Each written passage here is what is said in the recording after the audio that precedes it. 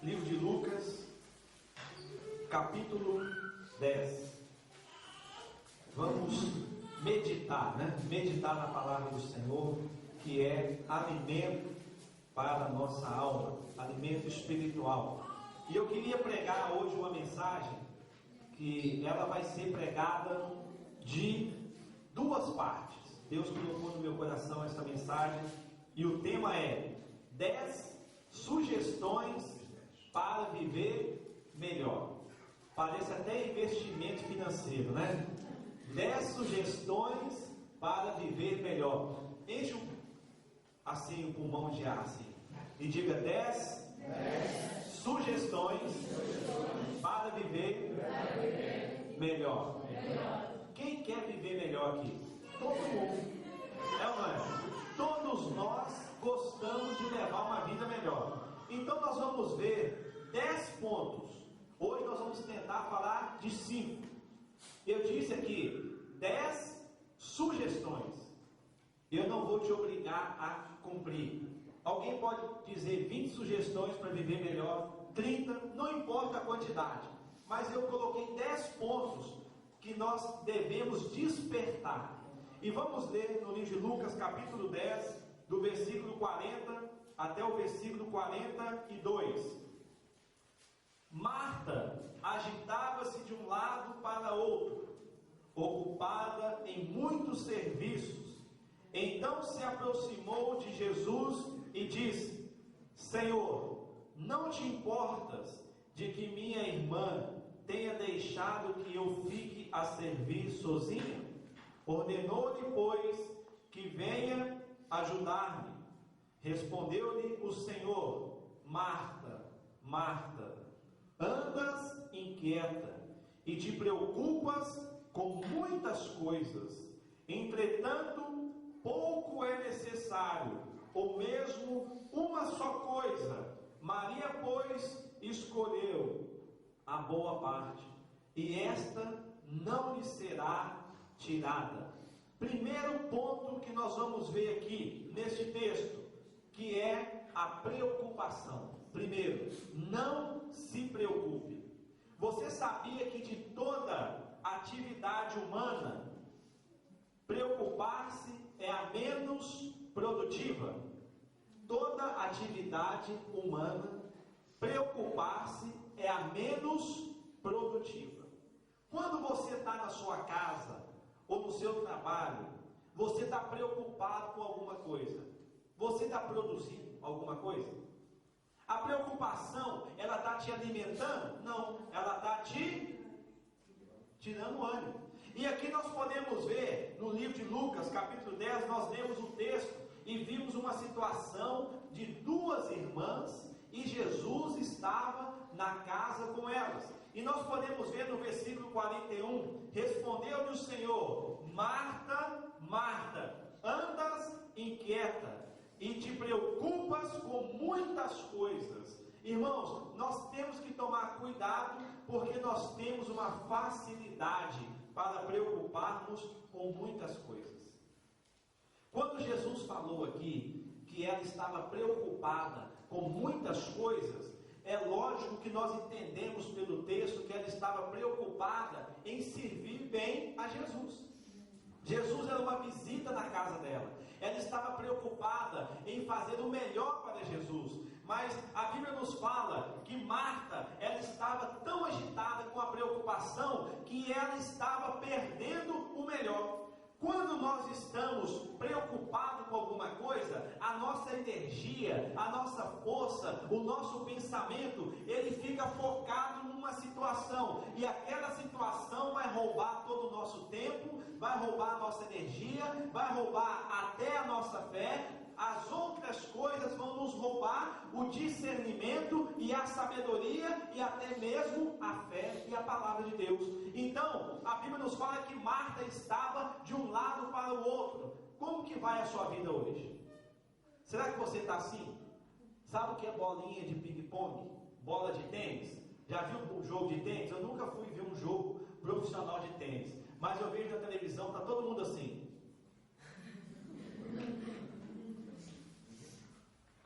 Está todo mundo concentrado concentrado na bola. E às vezes nós vivemos uma vida assim de preocupação.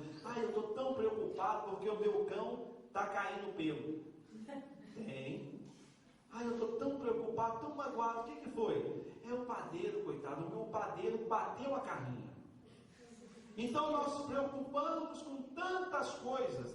E às vezes a preocupação começa com uma vírgula, começa com um ponto. Aí ela vai ganhando uma dimensão tão grande que a gente tem uma facilidade de aumentar a preocupação. Aqui nos fala que no versículo 22, Lucas capítulo 12, versículo 22, Jesus também nos dá um exemplo. Lucas capítulo 12, verso 22, nos fala assim: não andeis ansiosos pela vossa vida, quanto o que haveis de comer, nem pelo vosso corpo, quanto o que haveis de vestir. Jesus estava dando um ensinamento, e ele estava mostrando que nós não devemos andar ansiosos, porque a ansiedade, ela é inimiga da fé. Diga, a ansiedade é inimiga da fé. Porque todo cidadão que está ansioso, ele está preocupado. E se ele está preocupado, ele está demonstrando que ele conta com ele mesmo. Essa semana eu fiz uma visita aqui a uma empresária que eu já conheço há 2 anos, e eu sei que a situação dela está ruim, está mal, não está ruim, está mal. E eu já venho acompanhando o caso dela de longe. O ano passado eu dei alguns conselhos para ela, e os conselhos que eu dei, realmente eu alertei ela e aconteceu. Isso foi ano passado. Esse ano eu vi que ela já está em depressão. E ontem eu conversei um pouco com ela, e eu vi que ela está numa situação muito crítica.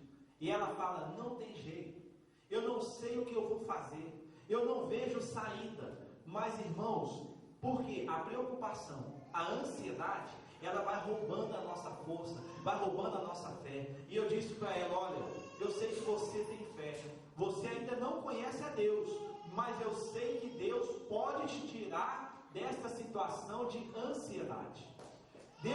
A Bíblia nos fala, que Jesus fala para nós não andarmos ansiosos pelo que nós vamos comer, pelo que nós vamos vestir.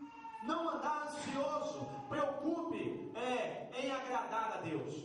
Segundo ponto, então, primeiro, não se preocupe, não preocupar.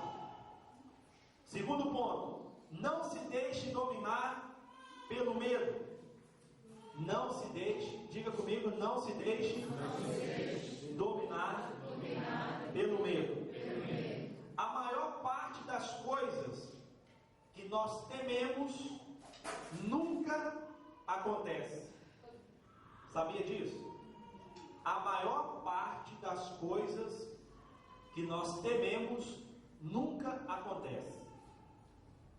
Talvez na sua mente agora não veio nenhuma situação, ou veio algumas. Mas de 10 situações que você se preocupa, não acontece nem 7 ou 8. Por que nós vivemos assim, nessa situação do medo? Porque o medo, ele paralisa a pessoa.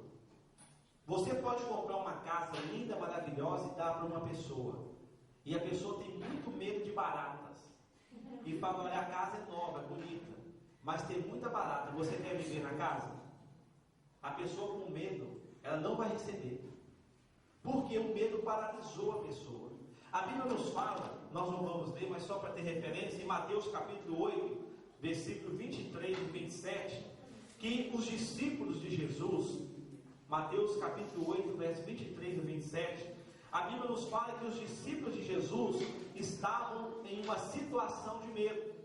Eles estavam em um barco, e naquele barco de repente aconteceu um vento, uma tempestade, e Jesus estava dormindo. E a Bíblia nos fala que eles, com medo, eles começaram a ter medo do barco afundar, e eles imediatamente chamaram, acordaram a Jesus. E a Bíblia nos fala que Jesus, ele deu uma ordem ao vento, E nós sabemos que na nossa vida nós temos tempestade, nós temos medo que nos aconteça alguma coisa. Quantos homens, pais de família hoje, têm medo de perder o trabalho? Quantos homens têm medo de perder o carro, perder a casa? Eu lembro um testemunho uma vez, de um pastor que eu conheço no Brasil, chegou no gabinete dele, um empresário da igreja, chegou chorando, chegou triste, e falou: pastor, o que está acontecendo? E ele falou: pastor, eu perdi tudo que eu tinha, eu não tenho mais nada. E o pastor falou: meu amigo, o que você tem é a sua saúde, o que você tem é os seus filhos. Porque quando nós colocamos o coração em alguma coisa, Deus pode nos pedir. Eu já vi Deus pedindo, e Deus já me pediu muita coisa que eu não queria dar, não gostaria de dar, mas Ele pede. O que Ele pediu a Abraão? O texto é nítido, o seu único filho, o filho da promessa. Então, quando nós colocamos o nosso coração, nós vamos ter medo, o medo da perda, o medo de perder aquele trabalhozinho.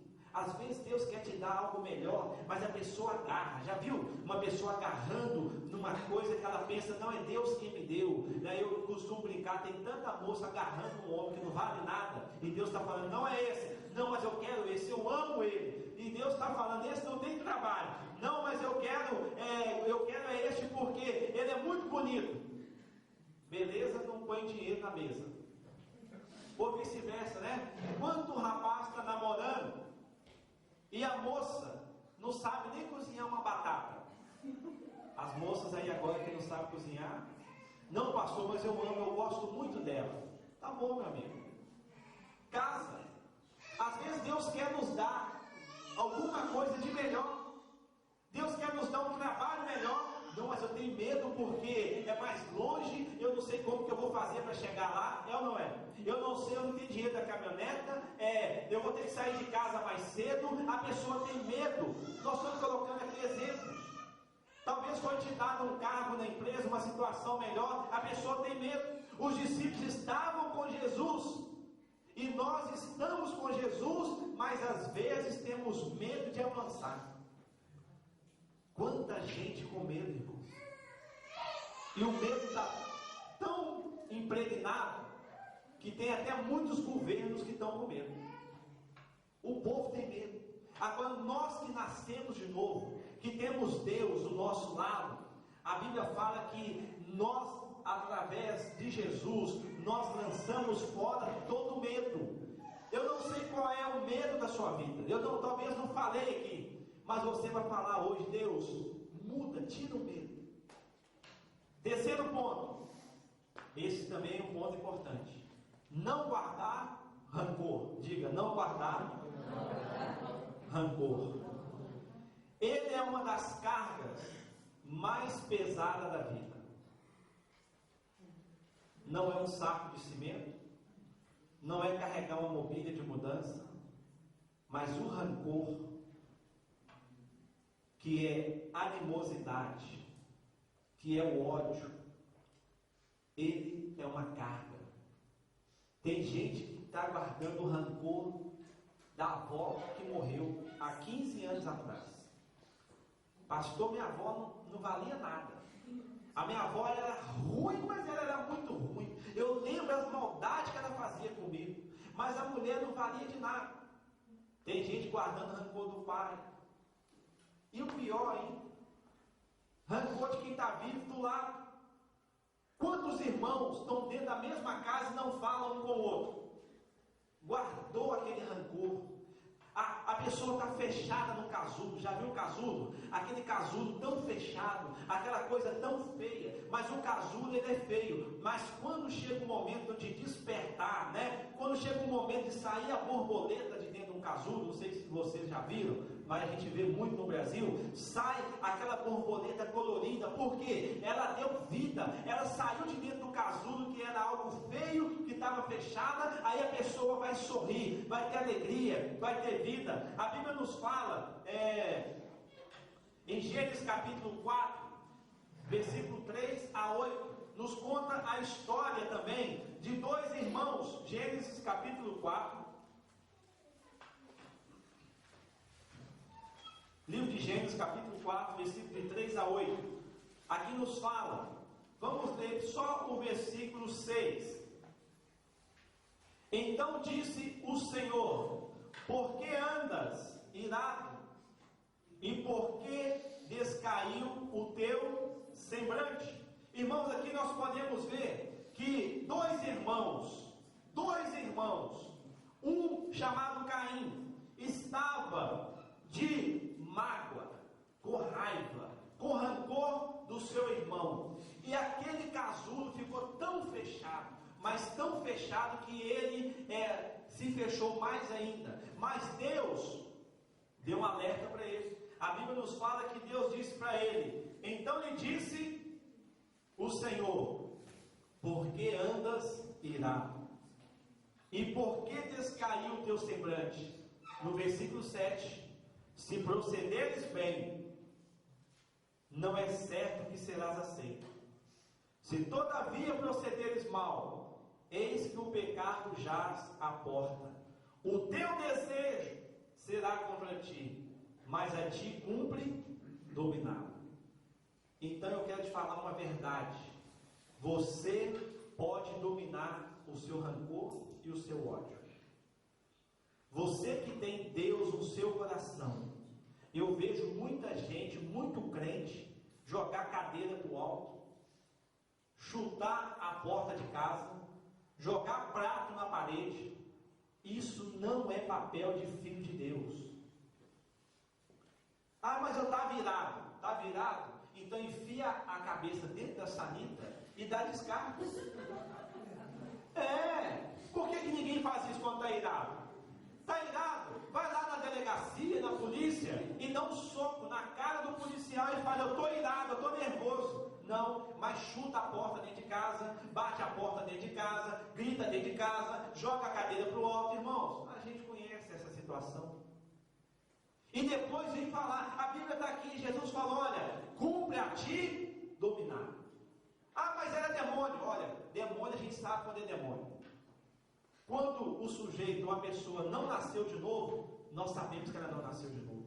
A Bíblia nos mostra aqui que Caim, ele chamou o seu irmão, levou o seu irmão para o campo e ali o matou. Mas ele tinha sido alertado por Deus. Talvez esta palavra hoje está te alertando, porque Deus disse aqui: o teu desejo será contra ti. Lembra? O teu desejo será contra ti. Se você tem um rancor, se você tem um ódio de alguém, o seu desejo vai voltar para você. É a palavra de Deus, não sou eu que estou inventando.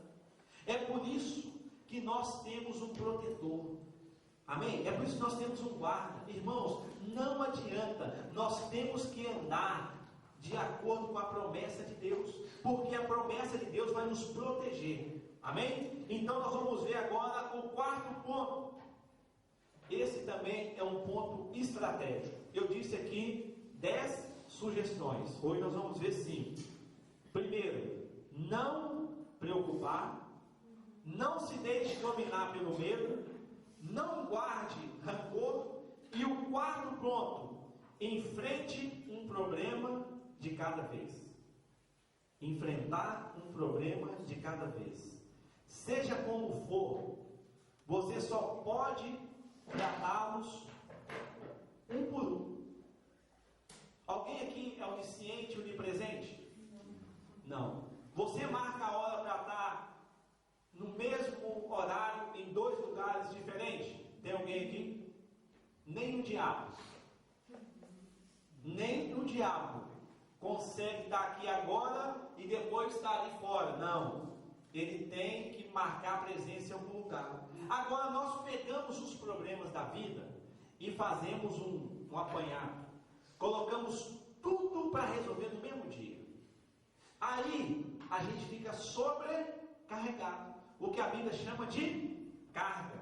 A Bíblia nos fala no livro de Isaías, capítulo 52, versículo 12: porquanto não saireis apressadamente, nem vos ireis fugindo, porque o Senhor irá adiante de vós, e o Deus de Israel será a vossa retaguarda. Irmãos, quando nós resolvemos um problema hoje, o Deus de Israel vai à nossa frente para resolver. Mas aí a gente fala, mas ainda tem um outro problema para resolver. O Senhor vai na nossa retaguarda. Amém? Ele vai garantindo. A Bíblia nos fala, nós lemos Isaías 52, capítulo 52, versículo 12. A Bíblia nos fala que quando o povo de Israel estava para passar pelo mar, o que aconteceu? O exército de Faraó veio atrás. E o exército de Faraó passou, o povo de Israel passou pelo mar. Eles passaram pelo problema deles. Mas a Bíblia não nos diz que Noé, que fugiu o nome aqui, Moisés, né? A Bíblia nos fala que Moisés mandou colocar uns guardas de Israel para vigiar a retaguarda? Não. A Bíblia fala que o Senhor pôs um anjo atrás. E quando o povo passou, o mar fechou. Então, o Deus de Israel vai cuidar da sua retaguarda. É por isso que tem muito crente que leva uma vida de derrota. Ele vem na igreja de 3 em 3 meses, de 2 em 2 meses, não tem comunhão com Deus, não lê a Bíblia, ele fica preocupado com a vida, e o que vai acontecer? A retaguarda está aberta. E o diabo, ele é o maior estrategista que tem. Ele sabe aonde é a nossa retaguarda. É por isso que o salmista Davi, no Salmo 91, fala que as asas do Senhor nos cobre completamente. O sangue de Jesus nos cobre da cabeça à planta do pé. É totalmente, irmãos. Quando Davi foi lutar com o gigante Golias, o único lugar do corpo que a pedra tinha que acertar, foi acertado. Você acha que Davi, ele mirou a testa do gigante? Não, eu tenho certeza que não. É assim a nossa retaguarda. Às vezes a gente mira num lugar, a gente erra até o alvo, mas a mão de Deus vai direcionar quando nós estamos em Deus. E eu estou falando isso aqui para você em nome de Jesus. Quando você estiver em Deus, você vai ter sabedoria para resolver o problema de cada vez. Isso é na sua empresa, é na sua casa, é dentro da igreja, é na escola, é em qualquer lugar que você for, que tiver um problema, você vai saber resolver, porque você vai falar, olha, hoje eu vou resolver isso. Talvez hoje não é o dia de resolver isso. Talvez Deus quer que resolva daqui 15 dias, eu vou esperar. Mas nós somos ansiosos, né? A gente tem aquela ansiedade. Não, eu já viu a pessoa quando recebe um desaforo? Eu vou lá tirar a satisfação, é agora. Agora ela me paga. Agora ela vai ver comigo. Aí, meu amigo, tá tudo que o diabo quer. Juntou o quente com o fervendo e vai sair chama de fogo. É. Já viu a mulher que fica em casa esperando o marido? Meia hora atrasada. Ela vai lá, pega a vassoura. Quando ele chegar aqui, ele me paga. Aí ela olha no relógio, 1 hora atrasada. Aí já pega o pau, né, a madeira de correr a massa do macarrão. Está esperando.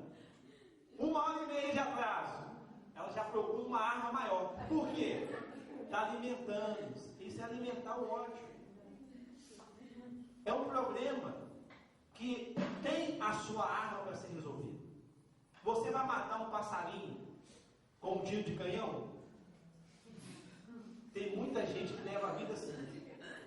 Para resolver um problema pequeno, ele dá um tiro de canhão, de bazuca, né? Aquela arma poderosa que, para matar um passarinho que está a 50 metros, ele usa uma arma que vai atingir o alvo a 500 metros. A pessoa vai com tanta ira, ela vai com tanta veemência, que ela esquece que o problema dela, na verdade, irmãos, nós que somos filhos de Deus, quem é filho de Deus? Tem consciência que você é filho de Deus mesmo? Amém. O seu nome, a Bíblia fala que nós temos um nome novo. E esse novo nome, só Deus sabe. Porque nós somos nascidos de novo. Você tem uma certidão de nascimento, lá está o nome do seu pai e o sobrenome. E quando nós entrarmos na Nova Jerusalém, a Bíblia nos fala, quando nós entrarmos na glória de Deus, Deus não vai te chamar de Júlio, não vai te chamar de seu João, não vai chamar de Carlos, não vai chamar de Marcelo, não vai chamar de Davi, de Maria. Deus vai te chamar pelo novo nome. E esse nome é o nome que Deus escolheu. É um nome que... Por quê? O seu pai escolheu o seu nome. Foi ou não foi? Ou alguém aqui quando nasceu, eu quero chamar Joana, eu quero chamar Beatriz. Não. É a mesma coisa no mundo espiritual, irmãos. Isso é saber que nós somos filhos de Deus, enfrentando um problema de cada vez. Porque o mesmo Deus que está cuidando agora, Ele já está cuidando lá na sua casa. Eu já vi aqui na igreja. Um dia Deus me falou para uma irmã que eu falei: irmã, quando a irmã chegar em casa vai ver a diferença. Ela falou: pastor, eu cheguei em casa, meu marido levantou do sofá, arrumou a cozinha, fez um café, preparou uma janta. Eu nem conheci que era o meu marido, pastor. Agora tem gente que deixa de vir à igreja para resolver problema. Meu irmão, vou te dar um conselho. Se o problema pode esperar. Agora tem gente que arruma problema na hora do culto. Ele arruma dois problemas. Um problema que ele arrumou e outro problema no mundo espiritual. Não é Deus que é vingativo, não. Preste atenção. É porque houve uma prioridade. Eu escolhi, eu vou tentar resolver. Quanta gente fala: pastor, não vou hoje porque eu vou olhar um emprego. Eu tenho que falar com um patrão ou com alguém. Ele vai lá, fala e nem arruma um emprego. Ele vai lá fazer alguma coisa e a coisa dá para o todo. Por quê? Trocou. Isso aí, eu falei 10 sugestões. E a última: não leve os problemas para a cama. Não leve os problemas para a cama. Esse é um dos mais difíceis, né? Esse eu não tenho, graças a Deus. Não, eu não lembro de ter passado uma noite que eu não dormi por causa de problema. Eles são o pior inimigo do sono. A pessoa tem sono, mas não dorme. Ela está cansada, o corpo está pedindo para descansar. O salmista nos fala no Salmo capítulo 4, versículo 8: em paz me deito e logo pego no sono. Agora, paz não é ausência de problema. Paz não é ausência de dificuldade. É diferente. Tem gente que pensa que a paz é falta de problema. Não, a paz é sua. O salmista estava falando da paz dele. Davi, quando escreveu isso, ele estava passando um momento difícil, mas ele sabia que ele ia descansar. O Salmo capítulo 3, versículo 5 nos diz: deito-me e pego logo no sono. Acordo porque o Senhor me sustenta. O Senhor me sustenta. Confiança em Deus na adversidade. Repetindo o Salmo capítulo 3, versículo 5: deito-me e pego no sono. Acordo porque o Senhor me sustenta. Sabe quando Davi escreveu esse salmo? No dia que ele estava sendo perseguido por Absalão, pelo seu filho. Eu não sei, mas uma pesquisa aqui. Alguém aqui não se manifeste já foi perseguido pelo filho? O seu filho já tentou tomar a sua casa? O seu filho já tentou tomar o seu carro? Já tentou? Acontece, muito por aí, não acontece? Talvez já aconteceu até com alguém aqui, mas não precisa manifestar. Aqui, Absalão queria tomar o trono de Davi, mas o salmista ele diz que ele deitava e logo ele se pegava ao sono. Isso é confiança em Deus, irmãos. Se você perder o sono, conta uma história de... Eu não estava programado, mas eu vi uma história uma vez de uma pessoa que devia o outro um dinheiro. Aí, a pessoa devia um valor e o outro não tinha condição de pagar. Aí, a mulher falou: mas o que está acontecendo? Você não consegue dormir? Aí a pessoa falou assim: não, porque uma dívida com fulano e eu não tenho como pagar essa dívida. Aí a pessoa falou assim, a esposa falou assim, mas você não dorme há muito tempo por causa dessa dívida? É. Você já falou para a pessoa que não tem condição de pagar? Não, não falei ainda não. Aí no outro dia, a mulher combinou, mas o marido procurou a pessoa que devia o dinheiro e falou assim, olha, eu sei que eu te devo, eu não posso te pagar, e o senhor vai esperar um pouco. Aí a mulher, no outro dia, mas o marido foi dormir, aí a mulher virou para o marido e falou assim, agora dorme, porque quem está preocupado é quem você deve.